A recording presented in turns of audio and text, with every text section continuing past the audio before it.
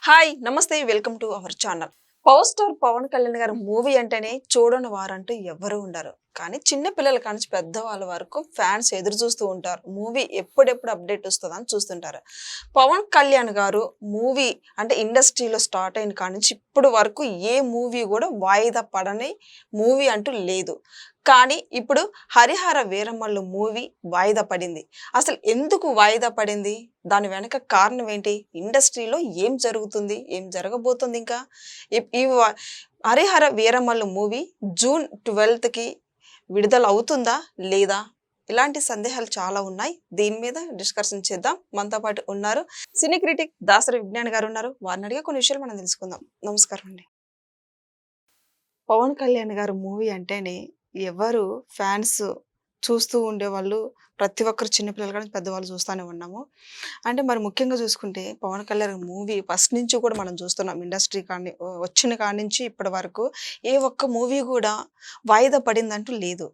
కానీ ఇప్పుడు ఎందుకు సడన్గా అసలు హరిహర వీరమల్లు మూవీ అనేది వాయిదా పడుతూ వస్తుంది? ఎందుకు పడుతుందంటే ఏం చెప్తారు? దాని వెనక కారణం ఏంటి అసలు? నాట్ ఓన్లీ హరిహర వీరమల్లు, విఎఫ్ఎక్స్తో పెట్టుకునే ఏ సినిమాకైనా సరే ఈ తిప్పలు తప్పవు. ఎందుకంటున్నాను చెప్పిన, మన టెక్నికల్ ఆస్పెక్ట్స్లో చూసుకుంటే ఈ విఎఫ్ఎక్స్ కానీ, గ్రాఫిక్స్ కానీ, డిఐ కలరింగ్ కానీ, వాట్ ఎవర్ సీజీ వర్క్లు ఏవైనా సరే రోజు రోజుకి అప్డేట్ అవుతున్నాయి. మన ఆండ్రాయిడే అప్డేట్ అయిపోతుంది మరి 2-3 నెలలకి. అవునా? ఏదో రకంగా అట్లాంటిది గొప్ప టెక్నాలజీలో వస్తున్నాయి. నువ్వు సినిమా మొదలు పెడతావు, ఇలా అనుకుంటావు. నీ సినిమా రిలీజ్కి 2 సంవత్సరాలు ఏదో పడిందే అనుకో. నీ సినిమా రిలీజ్ టైంకి ఇంకో సినిమా రిలీజ్ అయితే దాంట్లో టెక్నికల్ వాల్యూస్ అసలు ఎట్లనో అసలు ఓ రేంజ్లో ఉంటాయి. ఫర్ ఎగ్జాంపుల్ హనుమాన్, కోట్లు ఖర్చు పెట్టే వాళ్ళ టెక్నికల్ వాల్యూస్ కంటే హనుమాన్ గ్రాఫిక్స్ చూస్తే ఇంకా అసలు హాలీవుడ్ వాళ్ళు కూడా ముక్కడం వేలేసుకోవాలి. అవునా కదా? అంటే పిల్లలు జస్ట్ చాలా సింపుల్, అంటే తక్కువ బడ్జెట్లో అంత అవుట్పుట్ అనేది చాలా గ్రేట్. బేసిక్గా సినిమా అంతా కూడా సిజీ వర్కే. ఆ ఊరు ఒకటే వాళ్ళు ఏదో పెట్టుకుంటారు, మొత్తం గ్రీన్ మ్యాటే. అడుగడుగున్న ఆ పెద్ద హనుమంతుడు కానీ, ఆ లోపల అది కానీ, హనుమంతుడి గ్రాఫిక్స్ వాట్ ఎవర్ అన్నీ కూడా. కొన్ని సందర్భాల్లో ఏంటి, ఇప్పుడు మన ఇలాంటివి తీస్తారు, రుద్రమదేవి, శాకుంతలం, ఇలాంటి వాటి అదో పనితనం. అంటే శాకుంతలం లేడీ ఓరియంటెడ్, సమంత మీదే రన్ అయ్యే సినిమా కాబట్టి మహా అయితే 30 కోట్లు 40 కోట్లు పెట్టుంటారు, సమంత మోయగలదా లేదా అనేది. అందులో ఆ బడ్జెట్లో ఎంతవరకు వస్తే అంతే తీసుకుంటారు వాళ్ళు. ఇప్పుడు అదే నువ్వు సమంతని తీసేసి శాకుంతలం భర్తగా నువ్వు పెద్ద స్టార్ హీరోని పెట్టి మార్కెట్ అంతా అతని మీదకి నెట్టావనుకో, 150-200 కోట్ల బడ్జెట్ పెట్టుకోవచ్చు. దానికి తగ్గట్టు ఏ కాలిఫోర్నియాలోనో లేకపోతే ఇంకెక్కడో ప్యారిస్లోనో నువ్వు సీజీ వర్క్ చేసుకోవచ్చు, ఇంకా బాగా వస్తుంది. నువ్వు డబ్బులు ఎంత పెడితే అంత బాగా వస్తాయి. కాకపోతే ఏంటంటే తక్కువ డబ్బులు ఇచ్చి కూడా టెక్నీషియన్స్తో మంచి వర్క్ చేయించుకోగలగాలి. అంటే డైరెక్టర్ కూడా టెక్నికల్ వాల్యూస్ తెలిసి ఉంటే, ఆ నాలెడ్జ్ ఉంటే బాగా వర్క్ అవుతుంది. ఇప్పుడు ఫర్ ఎగ్జాంపుల్ మన యూట్యూబ్ ఛానలే, థంబ్నెయిల్స్ డిజైన్, లైన్స్, ఇవన్నీ నీట్గా అసలు ఒక సినిమా పోస్టర్ చూసినట్టు డిజైన్ చేసే వాళ్ళు కొంతమంది ఉంటారు. ఊరికే మొహాలు వేసి గణపతి నవరాత్రులప్పుడో లేకపోతే మన అయ్యప్ప స్వామి భక్తుల వడి పూజ అప్పుడు అందరు మొక్కలు వేసేస్తారు పోస్టర్స్ చూడు. అలా పిచ్చిగా చేసే వాళ్ళు కూడా ఉంటారు. చిరాగ్గా ఉంటాయి కొన్ని థంబ్నెయిల్ చూసి అమ్మో భయం వేస్తుంది అసలు ఆ వీడియో. కొంతమంది చాలా క్లాస్గా నీట్గా ఓ సినిమా పోస్టర్ చేసినట్టు చేస్తారు. వీడిని అడుగుతావు నువ్వు, ఎవరు చేసింది వేసే, వీడి శాలరీ ఏంటంటే వాడికి 60,000 70,000 ఉంటుంది. పాపం ఈ నీట్ గ్రాఫిక్ చేసినోడు జీతం 20,000 ఉంటుంది. వాడు కొత్తోడై ఉంటాడు, బట్ పనితనమే. అంటే అట్లాంటి వాళ్ళని పిక్ చేసుకోవడం చాలా గ్రేట్. ఆ టాలెంట్ కూడా ఉండాలి. అప్పుడు మనకు కూడా టెక్నికల్ నాలెడ్జ్ ఉంటే అలా ఈజీగా పిక్ చేసుకోవచ్చు. అట్లా హనుమాన్ సక్సెస్ అయింది. మిగతా చాలామంది ఏంటంటే సినిమా టాకీ పార్ట్ తక్కువ రోజుల్లో తీసి ఇచ్చేస్తారు బయట. వాళ్ళు చేసుకుంటూ సీజీ వర్క్ చేసుకుంటూ అవుట్పుట్ ఇస్తూ ఉంటారు ఒక దఫాలుగా. ఒక సంస్థకే ఇవ్వలేం సినిమా అంతా. నువ్వు సినిమా అంతా ఒక సంస్థకి ఇచ్చావు అనుకో, ఇంకో 4 ఏళ్ళు పడుద్ది. అవును. ముక్కలు ముక్కలు చేసి 4-5 సంస్థలకు ఇస్తారు. అవన్నిటి తెచ్చి లాస్ట్‌కి అటాచ్ చేసుకుంటారు. అప్పుడు తక్కువ రోజుల్లో నీకు అవుట్‌పుట్ వస్తది. కాకపోతే అక్కడక్కడ కొన్ని సార్లు డొర్లుతాయి. ఇదొకలాగా, అదొకలాగా ఉంటది. ఇట్లాంటి ఇబ్బందులు ప్రతి సినిమాకి ఉంటాయి. అంటే ఎక్కువ గ్రాఫిక్స్ మీదే ఆధారపడ్డ సినిమాలు. సో ఈ మధ్య కాలంలో వచ్చినటువంటి హరిహర వీరమల్లు పూర్తిగా గ్రాఫిక్స్ మీద ఆధారం మీదే తీసిన సినిమే. రాబోయే విశ్వంబర్ అయినా సరే తాకిపాటు తక్కువ, మిగతా ఇవి ఎక్కువ, స్పెషల్ ఎఫెక్ట్స్ ఎక్కువ. సో ఇట్లాంటివి పెట్టినప్పుడు ఇప్పుడు 4 ఏళ్ల క్రితం స్టార్ట్ చేసినప్పుడు ఉన్న స్పెషల్ ఎఫెక్ట్స్ 4 ఏళ్ల తర్వాత ఇప్పుడు ఇంకా అప్రూవ్డ్, అంటే ఇంకా బాగా కొత్త టెక్నాలజీలు వస్తాయి. అమేజింగ్ టెక్నాలజీ వస్తుంది. రిలీజ్ టైంకి చూస్తేనేమో అబ్బా ఇది ఇట్లా కూడా ఉంటే బాగుండు కదా అనిపిస్తుంది. అలా అని మళ్ళీ వీడికి ఇస్తే వాడు మళ్ళీ 3 ఏళ్ళు అంటాడేమోనని చెప్పి కొన్నిసార్లు కాంప్రమైజ్ అవుతాం. కొన్నిసార్లు అవ్వలేం. ఇంకొన్నిసార్లు ఏంటంటే దీంట్లో మళ్ళీ చిన్న చితక ప్యాచ్ వర్కులు చేయాలన్నా కూడా కొన్ని రోజులు టైం పడుతుంది. సెన్సార్కి పంపిస్తారు. ఇప్పుడు ఈ సినిమా సెన్సార్కి యాక్చువల్గా June 3కి వెళ్ళాలి. June 3కి సెన్సార్ అక్కి వెళ్ళలేదు, అంటే నిన్న వెళ్ళలేదు అని ఒక వార్త బయటకు వచ్చింది. అండ్ 8న వీళ్ళు తిరుపతిలో చాలా పెద్ద ఇది పెట్టుకున్నారు, ప్రీ రిలీజ్ ఈవెంట్. అయితే ప్రజెంట్ పవన్ కళ్యాణ్ గారు ముంబైలో ఉన్నారు ఓజీ షూటింగ్ నిమిత్తం.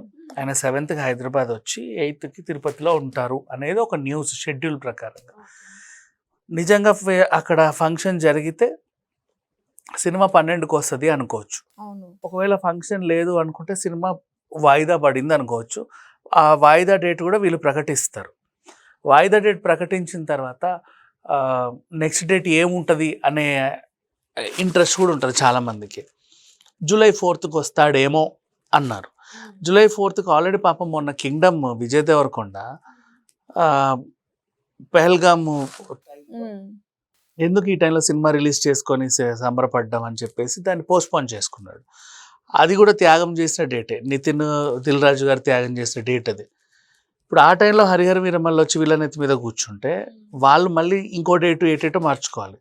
లేదు హరిహర వీరమల్లే ఆ డేట్ కాకుండా ఇంకో డేట్ చూసుకుంటే ఇంకా మళ్ళీ ఎప్పటికో వస్తుందో.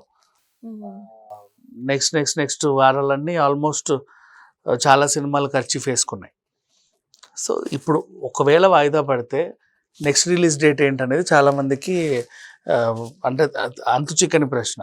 ఇకపోతే మన ఏఎం రత్నం గారు రేట్లు ఎక్కువ చెప్పారు మాకు అని చెప్పేసి డిస్ట్రిబ్యూటర్స్ అంటున్నారు. ఆ రేట్ ఎక్కువ చెప్పితే ఈయనకు వర్కౌట్ అవ్వదు. అండ్ నెక్స్ట్ పోస్ట్పోన్ చేసుకుంటే ఓటీటీ రైట్స్ నీకు తక్కువ రేటుకు పోతాయి. ఇప్పుడు ప్రజెంట్ నీకు 10 రూపాయలకి నేను ఒప్పందం పెట్టుకుంటా, ఈరోజు రిలీజ్ అయితే. లేదు నువ్వు నెక్స్ట్ మంత్ రిలీజ్ చేసుకుంటా అంటే నేను 30% కోసేస్తా. వాళ్ళ రూల్స్ వాళ్ళకు ఉంటాయి. ఇలా ఇన్ని కష్టాల మధ్యన హరిహర వీరమల్లు అనే ఒక సినిమా మొత్తానికి కష్టాలన్నీ దాటుకొని బయటికి వస్తుందా, బయటికి వచ్చిన తర్వాత అంచనాలను అందుకొని హిట్ అవుతుందా అనేది క్వశ్చన్ మార్క్. కాకపోతే పవన్ కళ్యాణ్ అభిమానులకు ఉన్న ఒక మంచి అడ్వాంటేజ్ ఏంటో చెప్పనా, మిగతా హీరోలు ఇవాళ కనిపిస్తే మళ్ళీ ఇంకెప్పుడు కనిపిస్తారో తెలియదు.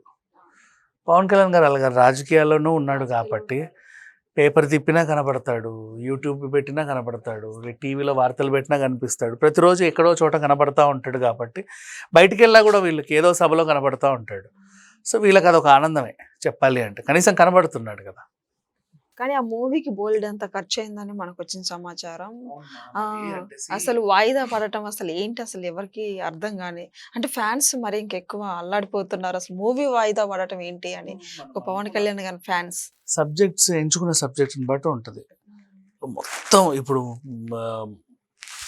ఎలా అవతార్ రేంజ్లో నువ్వు ఏదైనా ఊహించుకున్నావు అనుకో, మనుషులు కూడా అవసరం లేదు, మొత్తం సినిమా అంతా గ్రాఫిక్సే. నీకు షూటింగ్ మనుషులతో ఉన్న షూటింగ్ మహా అయితే 1-2 నెలల్లో తీసేస్తావు. కంప్లీట్ ఇంతే. అంటే ఒక ఫ్యాబ్రికేటెడ్ ప్రపంచంలో నువ్వు ఉంటావు. నువ్వు చెట్టును పట్టుకొని ఏడవమంటాడు, అక్కడ గాలే ఉండేది, గ్రీన్ మ్యాట్ ఏదో పెడతాడు, ఇట్లా పట్టుకొని నువ్వు నీకు ఆ ఫీలింగ్ కూడా రాదు. అయినా సరే నటినటులు నటిస్తారు. అంత గొప్పగా నటించి లాస్ట్కి తీసిన తర్వాత ఈ వర్కులు కొంచెం డిలే అవుతా వస్తాయి. గ్రాఫిక్స్ ఎప్పుడైనా సరే, ఇప్పుడు పాత రోజుల్లో అంటే మనం దేవి అమ్మోరు సినిమాలలో అప్పుడు కొత్త కాబట్టి అప్పబలే అవుతాయి అనుకున్నాం. ఇప్పుడు అవన్నీ చూస్తే నవ్వు వస్తుంది, ఏంటి మరి ఇలా చేశారు. ఈవెన్ చంద్రముఖి అయినా సరే పాము తిరిగేది మనకి ఒక రకంగా ఉంటుంది, రియలిస్టిక్గా ఉండదు. ఇప్పుడు ఎలా ఉంది పాములు తిరిగేవి? ముఫాసా వచ్చిందా?